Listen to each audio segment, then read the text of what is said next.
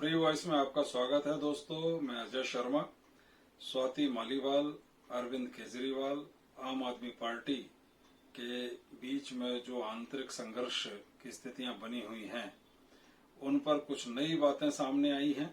आपसे मैं पुनः रूबरू हूं।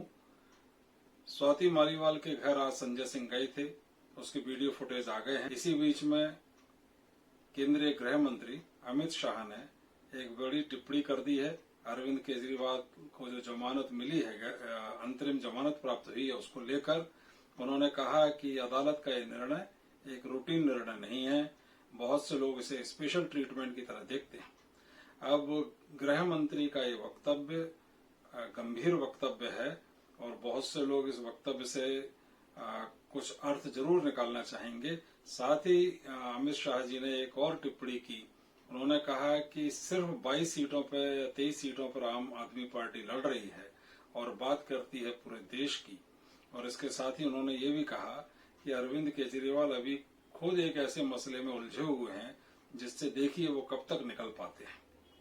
निश्चित ही अमित शाह जी का इशारा स्वाति मालीवाल प्रकरण की तरफ था। स्वाति मालीवाल का प्रकरण और जटिल होता जा रहा है। जैसा कि मैंने आपको बताया कि राज्यसभा सांसद वरिष्ठ नेता संजय सिंह आज स्वाति मालीवाल के घर गए थे। साथ में एक महिला आयोग की सदस्य को भी लेकर गए थे और क्या बात हुई ये तो पता नहीं चला है, लेकिन वे जब बाहर निकले हैं तो एक मायूस सा ही उनका रुख दिख रहा था। कहीं ना कहीं ये खबरें भी आ रही हैं कि अरविंद केजरीवाल, अभिषेक मनु सिंघवी, जिन्होंने उन्हें अंतरिम जमानत दिलाई और जो अभी आगे भी उनके केस की पैरवी कर रहे हैं, कल ही 16 तारीख को अरविंद केजरीवाल के केस की पुनः सुप्रीम कोर्ट में सुनवाई है। तो उन अभिषेक मनु सिंघवी को अरविंद केजरीवाल राज्यसभा में भेजना चाहते हैं। इस तरह की बातें सामने आ रही हैं, अपुष्ट खबर है ये। और उसके लिए उन्होंने पहले स्वाति मालीवाल से आग्रह किया कि तुम अपना राज्यसभा से इस्तीफा दे दो। स्वाति मालीवाल के इनकार करने के बाद अब कहा जा रहा है कि यही बात केजरीवाल ने संजय सिंह को भी कह दी है। तो संजय सिंह भी कहीं इससे मायूस और उदास नजर आ रहे हैं। दूसरी एक बड़ी ब्रेकिंग खबर जो बनती जा रही है वो ये है कि आम आदमी पार्टी के भीतर एक बगावत की स्थिति खड़ी हो गई है और उस बगावत को अब लीड करने की, नेतृत्व देने की क्षमता और संभावना जिसमें देखी जा रही है वो स्वाति मालीवाल में है। क्योंकि स्वाति मालीवाल एक ऐसी पोजीशन पर है इस झगड़े के बाद से कि अगर वे मुंह खोलती हैं और कुछ ऐसी बातें उजागर कर देती हैं जो अरविंद केजरीवाल के कैरियर को प्रभावित कर दें, तो इससे अरविंद केजरीवाल को लॉन्ग टर्म में बहुत नुकसान होगा। और अरविंद केजरीवाल को 2 जून को वापस तिहाड़ जाना ही है और उसके बाद उनको जो मुख्यमंत्री का पद है वो भी अंततोगत्वा छोड़ना ही पड़ेगा और किसी न किसी को मुख्यमंत्री बनाना ही होगा। तो उस स्थिति में ये भी संभव है कि जो मान मनोबल चल रही है स्वाति मालीवाल की कि वो शांत रहें, उसके तहत स्वाति मालीवाल को दिल्ली का मुख्यमंत्री बना दिया जाए और सुनीता केजरीवाल को पार्टी का कार्यकारी मुखिया बना दिया जाए।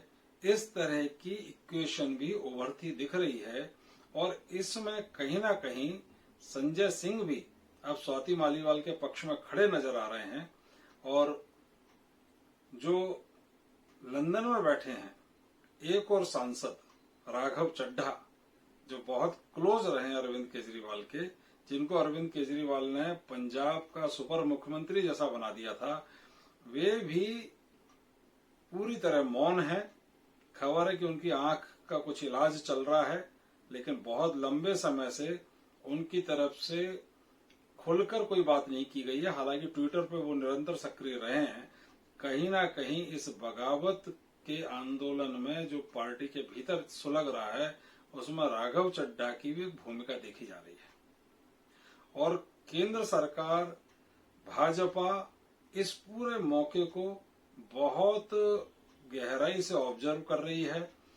किस पलड़े घटनाक्रम मुड़ता है, किसको केंद्र सरकार का समर्थन मिलता है, इसमें कौन आम आदमी पार्टी को तोड़ता है, या आम आदमी पार्टी के अंदर ही रजामंदी होकर स्वाति मालीवाल को मुख्यमंत्री और सुनीता केजरीवाल को कार्यवाहक पार्टी मुखिया बना दिया जाए, इस तरह की इक्वेशन, इस तरह का समझौता अगर हो जाता है तो पार्टी आगे चलती रहेगी उसी तरह से, वो केजरीवाल के हाथ में बनी रहेगी।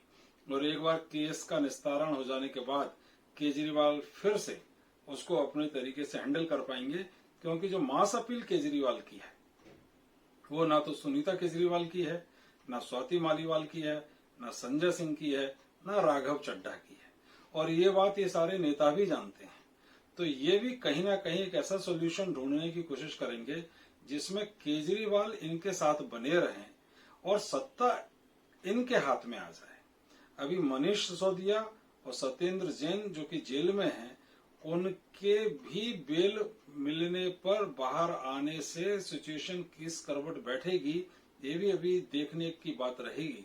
लेकिन अभी स्वाति मालीवाल का पलड़ा भारी है, क्योंकि अगर वे मुंह खोलती हैं तो केजरीवाल को बहुत लॉन्ग टर्म नुकसान हो सकता है। अब ये निर्भर करता है कि केजरीवाल इस पूरे मुद्दे को कैसे मैनेज करते हैं और स्वाति मालीवाल किस बात पर जाकर समझौता करती हैं। और जहां तक मुझे लग रहा है कि पार्टी टूटने की स्थिति नहीं आएगी, केजरीवाल पार्टी नहीं टूटने देंगे, कहीं ना कहीं आपस में समझौता होगा, क्योंकि अंततोगत्वा ये सारे ही लोग संजय सिंह, राघव चड्ढा, स्वाति मालीवाल, ये सब केजरीवाल के ही लोग हैं।